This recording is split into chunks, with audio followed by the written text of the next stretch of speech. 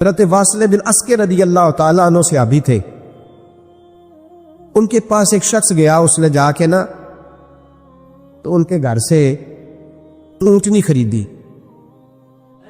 امام بہقی نے لکھا ہے جب خرید کے لائے تو رستے میں ان کے بیٹے نے بیچی یا گھر کے کسی اور فرد نے جب خرید کے لائے تو جناب واصلہ بن اسقر رضی اللہ تعالیٰ عنہ کی ملاقات ہوئی تو آپ پوچھنے لگے بھائی یہ تو اونٹنی میری ہے، میرے گھر سے خرید کے لائے ہو؟ کہا ہاں۔ فرمانے لگے تم نے کیا کرنا ہے اونٹنی کا؟ بک گئی، ٹھیک ہو گیا، ہوش میں عقل میں خرید کے لایا، بات ختم ہو گئی۔ بلکہ ہم تو کہتے ہیں وہ لکھا ہوتا ہے دکانداروں نے خریدا ہوا مال واپس، واہ جی واہ، یہ کس کا فتویٰ ہے؟ یہ خریدا ہوا مال واپس کس کا فتویٰ ہے؟ یہ ساڈا اپنا کہتے ہیں ایڈا اوکھا تینوں مڑیا تو پھر لے کے آ گیا، ایڈیاں گلاں سنا کے ایڈا سیاح سیل مین سی، انہیں ترلے لینے ساتاری انہیں تعریف کی ہے، تو بڑا سونا لگے گا، پھر تیرے گلے میں ڈالا ہے بڑی مشکل سے، مڑا ہے تجھے اور تو پھر لے کے آ گیا، اور شام کو کہتا الحمدللہ میں نے بڑے پیسے کمائے، لا حول ولا قوت الا باللہ۔ سارا دن جھوٹ بولا، فریم کیا، اس پہ اللہ کا شکر ادا کرنا۔ بندہ لے کے آ رہا ہے ان کے گھر سے، کہاں سے خریدی؟ تو صحابی کہنے لگے آپ کے گھر سے۔ فرمایا میری اونٹنی ہے لیکن تمہیں اس کے عیب کا پتہ ہے؟ او بھائی یہ دھرتی پہ بسنے والے لوگ تھے، یہ میرے نبی پاک کے تیار کیے ہوئے تھے، تمہیں پتہ ہے اس اونٹنی کے عیب کا؟ کہ یار تو عجیب آدمی ہے، کوئی عیب بھی بتاتا ہے اپنے جانور کے۔ فرمانے لگے چل تو یہ بتا گوشت کھانے کے لیے خریدی ہے یا سفر کرنے کے لیے؟ کہا میں نے تو اس پہ بیٹھ کے حج کرنے جانا ہے۔ فرمانے لگے چل بھی میرے ساتھ واپس آپ پیسے لے لے، گوشت کھانے کے لیے اچھی ہے، دودھ دینے کے لیے اچھی ہے، پر یہ سفر کے لیے اچھی نہیں، تیرے کام نہیں آئے گا۔ اب وہ صحابی ساتھ ساتھ چل رہے ہیں اور کہنے لگے یار میں نے خرید لی تھی، پیسے دے دیے تھے، مرضی سے سودا کیا تھا، میں نے پوچھا بھی نہیں تھا سفر کی کیسی ہے، تو نے یہ کیوں کیا؟ تو حضرت واصلہ رونے لگے، فرمانے لگے کیا کروں، میں رسول اللہ کا غلام ہوں، کیا کروں، نبی پاک کا غلام۔ رونے لگے، فرمانے لگے میرے مصطفیٰ کریم علیہ السلام نے فرمایا فرشتے لعنت کریں گے اگر تو ایسی چیز بیچ ڈالے گا۔ کیا کروں، نوکر اس گھر کا ہوں، جس گھر کی نوکری مجھے دھوکے کی اجازت ہے، میں اس گھر کا نوکر ہوں، مجھے اجازت نہیں دیتی، مجھے اجازت۔ ہم کہتے ہیں جی میرا مالک کہتا ہے، تو اپنے مالک کی چھوڑ، تو کونین کے مالک کی مان، تو اپنے مالک کی چھوڑ، تو عرش کے مالک کی مان، تو چھوڑ دنیا دار مالک کی، اس مالک کی مان جس نے تجھے پیدا کیا ہے، تجھے رزق دیتا ہے۔ دنیا کے مالک کی بات کر رہا میرے نبی پاک صلی اللہ تعالی علیہ وسلم باہر نکلے، رات کو مدینے میں ٹھنڈی ہوائیں چلی ہے، رم جھم برکھا برسی ہے، مدینہ سارا ٹھنڈا کر گئی ہے، پہلے ہی بڑا ٹھنڈا ہے، پر خدا کے کرم سے مدینے میں اور ٹھنڈک ہوئی۔ حضور سویرے نکلے، بازار میں گئے، غلے کا ڈھیر پڑا ہے، نبی پاک کی نظر پڑی، حضور پہنچے تو غلے کا ڈھیر ہے، سارا خشک ہے۔ محبوب نے فرمایا رات کو بارش ہوئی ہے، تیرے غلے میں پڑی نہیں، تیری گندم خشک رہ گئی، رات اتنی بارش ہوئی، نبی پاک پردہ پوش ہے کہ نہیں؟ بولے سارے۔ میرے اعلیٰ حضرت فرماتے ہیں قیامت میں ہمارے عیب چھپیں گے تب جب مصطفیٰ اپنی چادر میں چھپائیں گے۔ وسعتیں دی ہے خدا نے دامن محبوب کو، عیب کھلتے جائیں گے اور وہ چھپاتے جائیں گے۔ حضور پردہ پوش ہے نا، لیکن دھوکے باز کی نبی پاک پردہ پوشی نہیں کرتے، جو دھوکہ دے۔ اگرچہ اس صحابی کے بارے میں محدثین نے یہ لکھا ہے کہ وہ دھوکہ نہیں دینا چاہ رہے تھے، ان کو ابھی اس مسئلے کا پتہ ہی نہیں تھا، جب پتہ چلا تو پھر دوبارہ انہوں نے یہ کام نہ کیا۔ اللہ کے حبیب صلی اللہ علیہ وسلم پہنچے، فرمایا تیرے گلے پہ تیری گندم پہ بارش ہی نہیں ہوئی۔ حضور نے اپنی آستین کو چڑھایا، بازو اوپر کیا، اور حضور نے گلے کے اندر ہاتھ ڈالا، اندر سے جا کے حضور گیلی گندم اٹھا کے باہر لائے، اور نبی پاک صلی اللہ علیہ وسلم نے فرمایا یہ کیا ہے؟ جب ان کی گردن جھکی تو میرے مصطفیٰ نے فرمایا سنو، من غشا فلیس منا، جو دھوکہ دے میں اسے اپنی امت میں شامل نہیں کرتا۔ ہم میں سے نہیں ہے جو دھوکے دے، فریب کرے، مکر کرے، دجل کرے، فراڈ کرے، بے ایمانی کرے تھوڑے سے نفع کے لیے، تھوڑے سے۔ اب تو لوگ ہنستے ہیں، دھوکے پہ مسکرایا جاتا ہے۔ گوالے سے پوچھا، دودھ بیچنے والے سے، اور یہ صرف دودھ بیچنے والے کی بات نہیں، سب کا ہی رنگ نرالا ہے، سب کا ہی انداز نرالا، سب ہی تعریفیں کر رہے ہیں اپنے مال کی، سارے دو وہ گزر گئے لوگ۔ امام اعظم ابو حنیفہ رحمۃ اللہ علیہ، ذرا بادل ہوتے تھے تو کپڑے کی دکان تھی، بند کر دیتے تھے دکان، فرماتے تھے گاہک کو صحیح نظر نہیں آئے گا تو کوئی ایسی چیز نہ خرید کے لے جائے جس کی اسے پوری خبر نہ ہو۔ وہ گزر گیا زمانہ، اب تو اللہ معاف کرے، حالات اس قدر بگڑ گئے۔ دودھ بیچنے والے سے کہا جاتا ہے صاحب پانی بڑا ہے دودھ میں، کہتا ہے آج کل بھینسیں پانی زیادہ پیتی ہیں، گرمی بڑی سخت ہے، مذاق اڑاتا ہے۔ ایک چوری، اوپر سے اس کا اظہار اعلانیہ۔ میں نے ایسے لوگ بھی اپنے کانوں سے سنے ہیں جو گوالے سے کہہ رہے ہیں، دودھ بیچنے والے سے، صاحب اور یار پانی ڈالنا ہوتا ہے تو صاف تو ڈال لیا کر، تو گندی ندی کا پانی ڈال کے لے آتا ہے۔ کہتا ٹھیک ہے جناب، آج کے بعد شرم نہیں آتی یہ باتیں کرتے؟ خدا کی دھرتی پر کھڑے ہو کے اللہ کے قانون کو چیلنج کرتے ہیں لوگ، اعلانیہ گناہ کرتے، اعلانیہ سرعام، کوئی پوچھنے والا نہیں۔ حیا ختم ہو گئی، دل سے یہ سوچ ختم ہو گیا کہ ہم کیا گفتگو کر رہے۔ بڑے بڑے رنگ ہیں، بڑے بڑے انداز ہیں لوگوں کے۔ حضرت ابو ہریرہ رضی اللہ تعالیٰ عنہ کھڑے تھے تو ایک آدمی دودھ میں پانی ملا رہا تھا، حضرت ابو ہریرہ کی چیخیں نکل گئی، رو پڑے۔ لوگ کٹھے ہوئے کہنے لگے حضور آپ تو کیا ہوا؟ وہ پانی ملانے والا بھی آ گیا، حضور آپ کیوں رو رہے ہیں؟ فرمایا قیامت کے دن تجھے جو سزا ملے گی وہ سزا یاد کر کے میری آنکھوں میں آنسو آ گئے، تجھے جو سزا ملے گی میری آنکھوں میں آنسو آ گئے۔ حضور کیا سزا ملے گی؟ تو حضرت ابو ہریرہ رضی اللہ تعالیٰ عنہ فرماتے ہیں یہ دودھ رب تیرے سامنے رکھے گا اور تجھ سے اللہ فرمائے گا چل اس سے پانی علیحدہ کر، اللہ تجھے سزا دے گا۔ میں ایک شخص کی مثال دے رہا ہوں، لیکن اس سے مراد صرف گوالہ نہیں، یہ بات بڑی دور تک جاتی ہے، بڑی دور تک جاتی ہے، بڑی دور تک۔ یہاں جس کے ہاں سے دودھ خریدا جاتا ہے وہ تو جب بھینس کا دودھ دھونے لگتا ہے تو پہلے ہی پانی رکھ لیتا ہے، اللہ ماشاء اللہ۔ یہ کئی گھروں سے نقص واقعہ ہو کے آتا ہے، ایک جگہ پہ نہیں ہے، یہ بڑی دور تک حالات بگڑے ہوئے۔ حضرت ابو ہریرہ فرمانے لگے رب کریم قیامت کے دن تجھ سے فرمائے گا چل علیحدہ کر، دودھ سے پانی بتا کر لے گا؟ کہنے لگا حضور ڈالا تو جا سکتا ہے، نکالا نہیں جا سکتا۔ فرمانے لگے پھر تیرا دوزخ سے نکلنا بھی مشکل ہے، تو دے بچوں کو کما کے کھلا، موج کر۔ اب تو یہاں تک تماشا لگ گیا ہے، میں ایک رپورٹ پڑھ رہا تھا کراچی میں ایسی بھی دکانیں پکڑی گورنمنٹ نے کہ جہاں دودھ کے اندر کیمیکل ملایا جاتا ہے گاڑھا کرنے کے لیے، اور اس کیمیکل نقصان یہ ہے اس کیمیکل کا کہ وہ کینسر کا باعث بن جاتا۔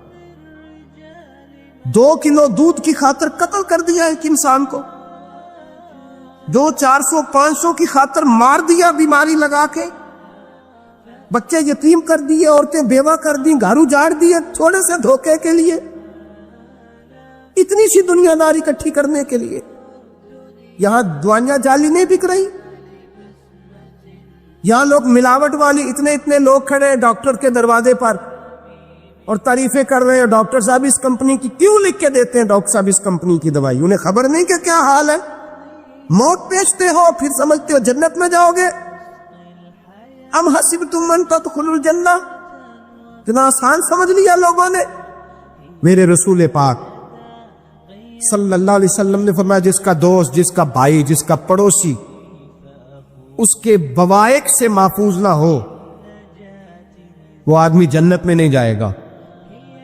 صحابہ نے کہا حضور یہ بوائق کیا ہے؟ فرمایا ظلم اور دھوکہ، جس نے پڑوسی کو بھی دھوکہ دینے سے وہ باز نہیں رہا، لوگ شکوہ کرتے ہیں، کہتے ہیں لوگ دنیا ساری دھوکے باز ہو گئی ہے، لوگ سارے، کسی نے ملا رومی سے کہا تھا حضور سارے لوگ ہی دھوکے باز ہیں، فرمایا تو اپنا تجربہ کرنا، تجھے اس لیے سارے دھوکے باز ملتے ہیں کہ تیرے اپنے اندر بڑا دھوکا ہے، اپنے اندر خلوص پیدا کر، اللہ تجھے بڑے خلوص والے لوگ عطا فرمائے گا۔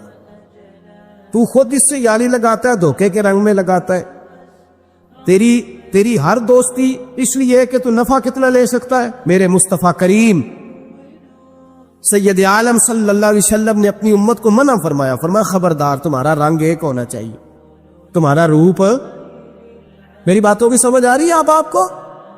دھوکہ دینا، فریب کرنا، فراڈ کرنا۔ حضرت عیسیٰ علیہ الصلوۃ والسلام کے پاس ایک شخص آیا، کہنے لگا میں نے آپ کے ساتھ رہنا ہے ہمیشہ، امام راضی نے لکھا ہے میں نے ہمیشہ آپ فرمانے لگے میں ضرور ساتھ رکھوں گا پر دنیا داری کا مطالبہ نہ کرنا۔ جی تو اس پیر دے بندے کی مرید ہون جدے مرید ہویا دکان ہی نہ چمکے، کیا مطلب ہوا بیعت ہونے سے؟ اتنی دیر کے مرید ہوئے ہیں تو کوئی فائدہ نہیں ہوا، نہ کاروبار چمکا نہ دکان بنی۔ الٹا پیر صاحب کہتے ہیں سود بند کر دو، دھوکے بند کر دو، فریب بند، جتوں ہوندا پیا اتوں بھی نہیں ہون دے، کیا فائدہ ہے نا جی؟ تو کوئی مکر فریب ہی نہیں، دجل ہی نہیں، سادہ سادہ کام کیسے ہوگا؟ حضرت عیسیٰ علیہ السلام کہنے لگے میرے ساتھ رہنا ہے تو دنیا داری سے، بولیے، دنیا داری سے بچنا۔ کہنے لگا جی بالکل صحیح ہے۔ آپ فرمانے لگے چلو ٹھیک ہے۔ حضرت عیسیٰ نے چاہا کہ اس کا امتحان کرے، فرمایا پہلے دن وہ آیا ہے صحبت صلح میں رہنے کے لیے، خیر سیکھنے کے لیے۔ حضرت عیسیٰ علیہ السلام فرمانے لگے کتنی روٹیاں کھائے گا؟ کہنے لگا ایک۔ آپ نے 3 روٹیاں منگوائی، ایک خود کھائی، ایک اس کو کھلائی، تیسری وہیں رکھی، اور جناب عیسیٰ دریا پہ وضو کرنے تشریف لے گئے۔ واپس آئے تو روٹی کوئی نہیں تھی وہاں۔ فرمایا روٹی کس نے کھائی ہے؟ کہنے لگا کوئی پتہ نہیں۔ جناب عیسیٰ علیہ السلام نے نا اس کو معجزہ دکھایا۔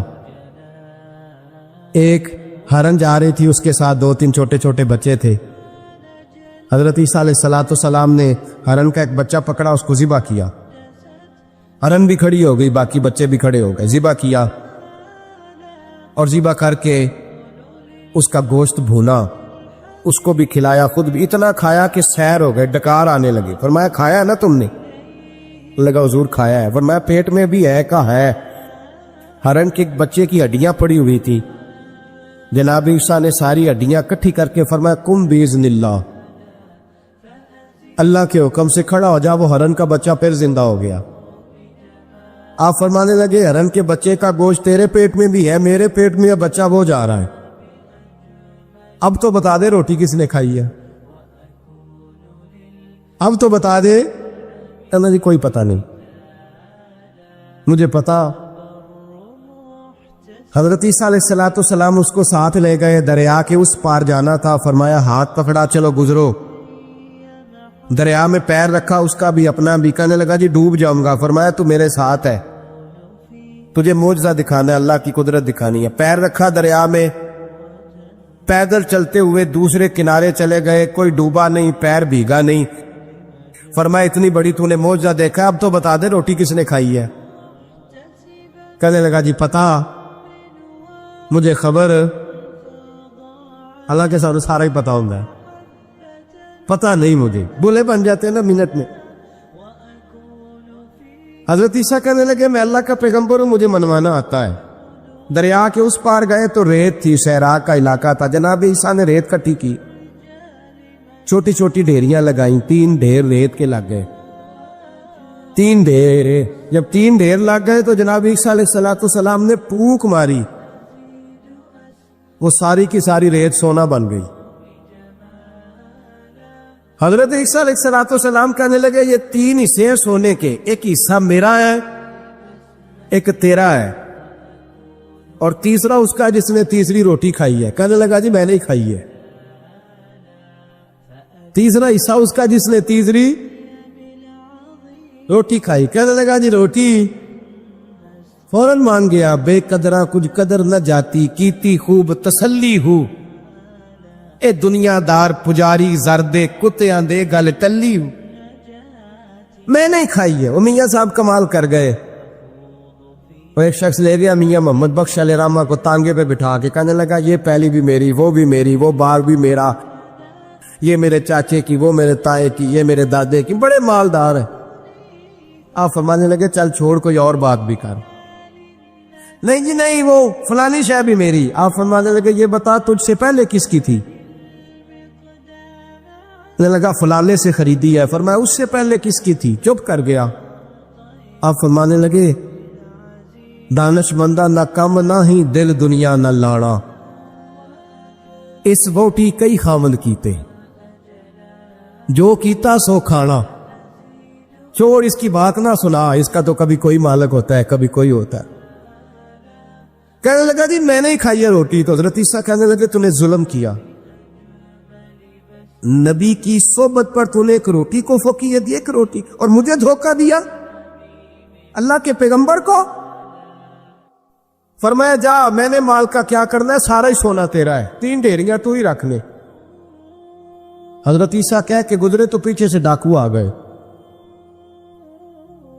تلواریں ہاتھ میں، 2 ڈاکو، سونا پڑا ہوا دیکھا، کہنے لگے تیرا ہے؟ کہا میرا ہے۔ کہ اٹھ دوڑ جا تجھے قتل کر دیں گے۔ منت کرنے لگا، کہنے لگا یار اس طرح کرو نا، بانٹ کے کھاتے ہیں، بانٹ کے کھا لیتے۔ بات طے ہو گئی، ایک ایک ڈھیری کے مالک ہو گئے۔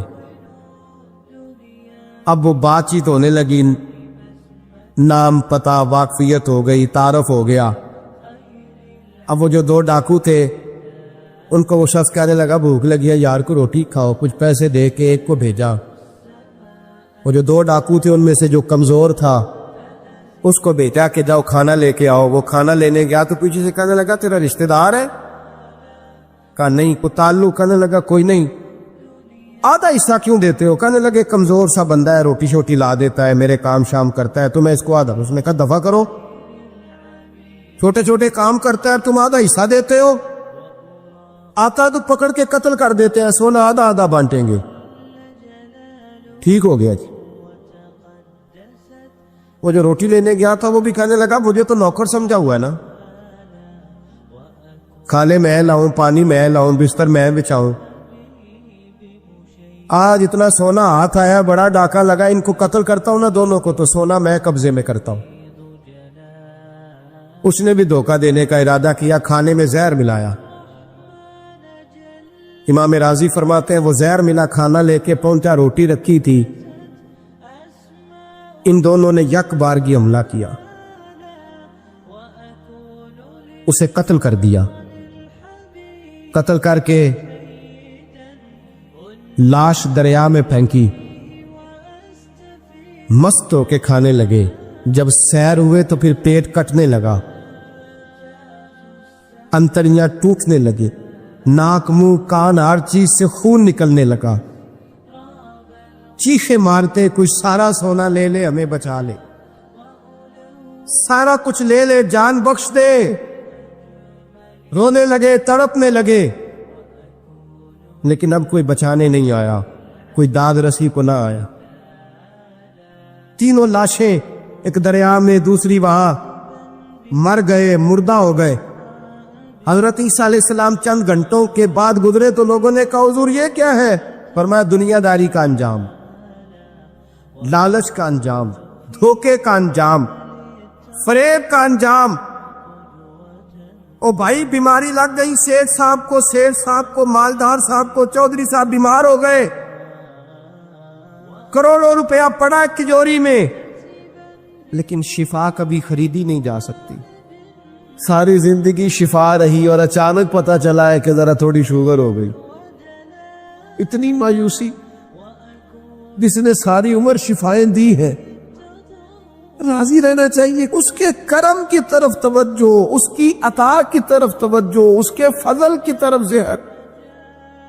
اپنے کریم رب کے ساتھ انسان کا اس طرح کا معاملہ کہ وہ کرم ہی کرے، وہ رحم ہی کرے گا، وہ عطائیں ہی فرمائے گا، اور کریم جب غالب آتا ہے نا تو کرم ہی کرتا ہے۔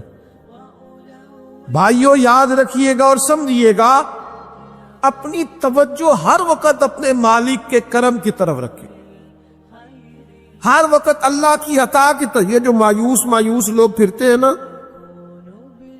اور مایوس باتیں کرتے ہیں، اور یہ جو کہتے ہیں کہ میں بڑا تھک گیا ہوں اور میں بڑا تنگ آ گیا ہوں اور اب مجھے لگتا ہے کہ یہ چیزیں میرے کنٹرول میں نہیں آئیں گی، اور حضرت میں نے بڑی کوشش کی، جو قدم آگے لے جاتا ہوں وہی میرا پیچھے ہوتا ہے، اور بعض کہتے ہیں جی میرے ساتھ ہی ایسا کیوں ہوتا ہے، آخر میں ہی ساری زندگی اس طرح کیوں ہوں، فلاں جگہ بھی ناکام ہوا، فلاں جگہ بھی۔ او میرے بھائی، جس طرح کا انسان گمان کرتا ہے رب بھی اسی طرح کا معاملہ فرماتا ہے۔ تیری طبیعت ہی نہیں بن پا رہی کہ تو رحمت کی طرف متوجہ ہو، تیرا خیال ہی نہیں بن پا رہا کہ اس کے کرم اور عطا کی طرف تیرا دھیان جائے، تو نے اپنے اوپر مایوسیاں پوری طرح طاری کر لی ہے۔ بندہ مومن کبھی اپنے رب سے مایوس ہو سکتا؟ اس کی توجہ ہر وقت اس کے کرم کی طرف رہتی، اس کی توجہ ہر وقت اس کی عطا کی طرف رہتی۔ دیکھیں نا، بعض لوگوں پر یکدم کرم آیا، چھایا، صحابی رسول ہیں، ولیوں سے، غوثوں سے، قطبوں سے، ابدالوں سے، تمام تابعین سے، محدثین سے، مفسرین سے افضل ہیں، لیکن صحابی کتنی دیر کے ہیں؟ شاید 2 گھنٹے کے صحابی، 2 گھنٹے کے، ادھر آئے ہیں، ادھر کلمہ پڑھا ہے، ساتھ ہی جہاد کیا ہے، ساتھ ہی شہادت ملی ہے۔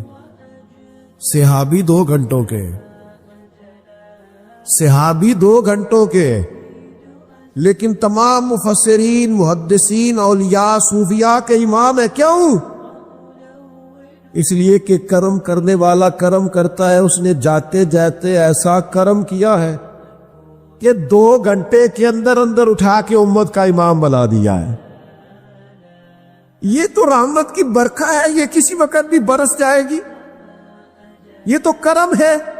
دیکھیں نا، ان لفظوں کا ذرا حسن دیکھیں، نبی کریم علیہ السلام فرماتے ہیں بندہ ساری زندگی جہنمیوں والے کام کرتا ہے، دوزخیوں والے کام کرتا ہے، سزا والے کام کرتا ہے، لیکن جاتے جاتے نا کوئی ایسا جملہ بول دیتا ہے آخر میں کہ اس کی ایک بات کی وجہ سے نا اللہ اس کے لیے جنت کا فیصلہ فرما دیتا ہے۔ ایک بہت بڑا ظالم گزرا ہے تاریخ اسلام میں، بڑا ظالم تھا، اس کا ظلم بہت زیادہ تھا، لیکن حضرت انس بن مالک فرمایا کرتے تھے یہ اس کی ایک بات بڑی مجھے عجیب لگتی ہے، اس نے آخر میں ایک جملہ کہا تھا، ظالم بڑا تھا، اس نے آخر میں ایک جملہ کہا تھا، اس نے کہا تھا مالک میں نے ظلم کیے پر میں شرمندہ بڑا ہوں، اور یہ لوگ مجھ سے کہتے ہیں کہ میرے گناہ تیری رحمت سے زیادہ ہیں، مجھے بتا میرے گناہ تیرے کرم سے زیادہ تو نہیں؟ حضرت انس بن مالک فرماتے اس کی بات سن کر میرے دل کو چوٹ لگی، مجھے یوں لگا اس نے منا لینا ہے رب کے کرم کو۔ او میرے بھائی، اللہ کی عطا سے زیادہ تو نہیں، اس کے فضل سے زیادہ تو نہیں۔ رسول اللہ صلی اللہ تعالی علیہ وسلم فرماتے ہیں کہ رب فرماتے اگر میرے بندہ اتنے گناہ کرے کہ اس کے گناہ آسمان تک پہنچ جائیں، یا اتنے گناہ کرے کہ زمین کی تہ تک پہنچ جائے، اور پھر وہ آ کے اپنے کریم رب کے حضور معافی مانگے سچے دل سے، تو اللہ پھر بھی اسے معاف فرما دے گا۔ شرط اتنی ہے کہ تو آتا ہی نہیں، تو معافی مانگتا ہی نہیں، تو پھر بھی لوگوں کو مناتا ہے، اسے مناتا ہی نہیں جسے منانا چاہیے۔ مصیبت میں بھی اب یاد خدا ہم کو نہیں آتی، دعا منہ سے نہ نکلی، جیبوں سے عرضیاں ہی نکلی، مختلف محکموں میں درخواستیں دیتے ہو، مالک کے حضور دعا ہی نہیں کرتے۔ جس کریم کی بارگاہ میں جانا چاہیے، جہاں سے کرم ہونا ہے، جہاں سے عطائیں ہونی ہے، اس طرف متوجہ نہیں ہوتے، اپنے قریب کو منانے کی صحیح نہیں کرتے۔ میرے بھائیوں، اللہ کی رحمت پر ہر وقت کامل توجہ، اللہ کے کرم پر ہر وقت توجہ۔ وہ بخش دے گا، وہ مہربانی کرے گا، وہ عطائیں کرے گا، وہ اپنے بندوں سے درگزر فرمائے گا۔ یہ شوق ہر وقت طبیعت میں قائم رہنا چاہیے، کبھی بھی اس کی رحمت سے نا امید۔ نوجوانوں سے بالخصوص کہوں گا، کیا ہو گیا اچھی نوکری نہیں ملتی، کوئی عرض نہیں، اگر وقتی طور پر پیسے کم ہیں تو کیا عرض ہے، کوئی مسئلہ نہیں۔ یہ کو بہت زیادہ جس کے پاس پیسے آ جاتے ہیں وہ تو کہنا شروع ہو جاتا ہے پیسوں میں سکون ہی نہیں۔ پوچھ لیں آپ، اگر تھوڑی دیر کے لیے کسی بیماری نے آن بھی لیا ہے تو بھائی بات بڑے کمال کی ہے، محبوب کی طرف سے شفائیں رہی ہیں۔ اگر ایک کڑوا گھونٹ آ گیا تو پھر کیا ہوا؟ ایک اگر وہاں سے کڑوا، وہ بڑی معروف بات ہے نا، سلطان محمود غزنوی کنو کھا رہے تھے تو انہوں نے پہلا ٹکڑا کنو کا، اس کا پہلا حصہ جو اسے کھولا، اس کی جو کاشیں ہوتی ہیں اس میں سے پہلا ٹکڑا ایاز کو دیا تو ایاز گٹ گٹ کر کے کھا گیا، دوسرا بھی دیا تو کھا گیا، تیسرا بھی دیا، چوتھا مامون نے اپنے منہ میں ڈالا تو تھوک دیا، کہنے لگا خو اتنا کڑوا، کسیلا، بد ذائقہ۔ اس نے اگل ڈالا اس کو تو بعد میں کہنے لگا یار تو سارے کڑوے کھا گیا ہے۔ تو یہ ہنس کہنے لگا بادشاہ تیرے ہاتھوں ساری زندگی میٹھے ملے، اب یہ 2-3 کڑوے مل جاتے اور میں اس طرح سے ان کو اگل ڈالتا تو یہ کوئی آئینے وفاداری۔ امام غزالی کہتے ہیں نبی پاک کی بارگاہ میں ایک سادہ بندہ آ گیا، ہم سادے بندے کہتے ہیں، عرب کے لوگ بدو کہتے تھے، ایک بدو آ گیا، اس نے آتے ہی السلام علیکم کے بعد فوراً حضور سے پوچھا یا رسول اللہ یہ بتائیں قیامت والے دن حساب کس نے لینا ہے؟ سبحان اللہ، قربان جائیں، انداز دیکھیے نا اپنی روایتی سادگی میں، قیامت میں حساب کس نے لینا ہے؟ تو نبی کریم نے فرمایا حساب اللہ نے لینا ہے، سادی سی بات۔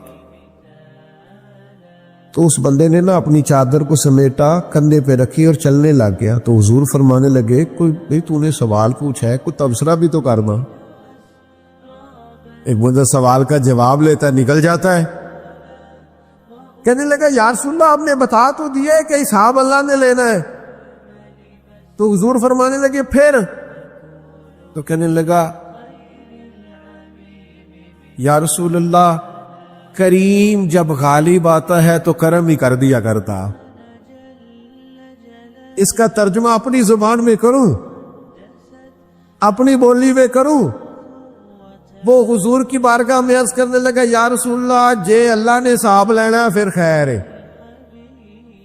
کہنے لگا یا رسول اللہ کریم جب غالب آتا ہے تو کرم ہی کرتا ہے، قربان جاؤں حضور کی اس مقدس زبان پر، وہ دہن جس کی ہر بات وحی خدا۔ کریم بولے اور بول کے فرمانے لگے بندہ سادہ تھا، بات کتنی بڑی کر گیا ہے، خدا کی رحمت کی طرف متوجہ کر گیا لوگوں کو، کیا بڑی بات بیان کر گیا۔ کریم جب غالب آتا ہے تو ہم نے یہ دیکھا ہے کہ کلاس رومز کے اندر جو اساتذہ کچھ مزاج کے سخت ہوتے تھے، ان کے طلباء سے اگر کوئی کوتاہی کسی وقت سرزد ہو جاتی تو ان بچوں کا وجود گرمیوں میں بھی اس طرح کانپتا جیسے سردیوں کے ٹھٹھرتے موسم میں کانپتا ہے کہ مجھے اب سزا ملے گی۔ ان کو تو پتہ چل گیا ہے میری غلطی نکل آئی ہے۔ یہ تصور انسان کے رونگٹے کھڑے کر دیتا، لیکن اگر وہی استاد یا وہی والد آتے ہی بچے کے سر پہ دست شفقت رکھے اور کہ بیٹا کوئی بات نہیں، چھوٹوں سے غلطیاں ہو ہی جاتی، آئندہ ایسا کام نہ کرنا، اور اگر اس سے بھی زیادہ وہ تھوڑا سا آگے بڑھے اور اپنی گردن کو جھکا کے اس بچے کے سر پر ایک بوسہ دے ڈالے تو اس بچے کو یوں سکون ہوتا ہے کہ جیسے وہ سمجھتا ہے میں ہر گرداب سے نکل کے ٹھنڈک کی طرف آ گیا ہوں، بلا مثال و بلا تشبیہ۔ میرا رب قرآن مجید میں فرماتا ہے قل یا عبادی الذین اسرفوا علی انفسہم، اے محبوب فرما دو اے میرے بندو جنہوں نے اپنی جانوں پر ظلم کر لیے ہیں، انہوں نے گناہ کیے ہیں، رب کی نافرمانی کی ہے، اپنی جان کو دوزخ کا معاذ اللہ سزاوار کر لیا ہے، جنہوں نے اپنی جانوں پہ ظلم کیے ہیں، میرے ان بندوں سے فرما دے کیا؟ لا تقنطوا من رحمت اللہ، ان سے فرما دے کہ یہ اپنے اللہ کی رحمت سے نا امید نہ ہو۔ یہ تھی معافی، اور وہ جو میں نے کہا نا ذرا گردن جھکائے اور پھر پیشانی بھی چوم لے، بلا مثال و بلا تشبیہ آگے فرما ان اللہ یغفر الذنوب جمیعا، یہ اس ہونے والی اس موجودہ غلطی کی ہی بات نہیں، بے شک اللہ سب گناہوں کو معاف فرما دے گا۔ تو مالک یہ ایک دفعہ ہی ہوگا، یہ آج ہی رحمت آئی ہے، یہ کسی ایک مخصوص وقت، ایک مخصوص موقع یا کسی مخصوص تاریخ کے لیے ایسا ہے؟ فرمایا نہیں، انہو هو الغفور الرحیم، اللہ ہے ہی بڑا بخشنے والا، رحمت فرمانے والا۔ یہ اس کریم کا ہمیشہ کا طریقہ ہے کہ وہ غفور بھی ہے اور وہ رحیم بھی، معاف کر دیتا۔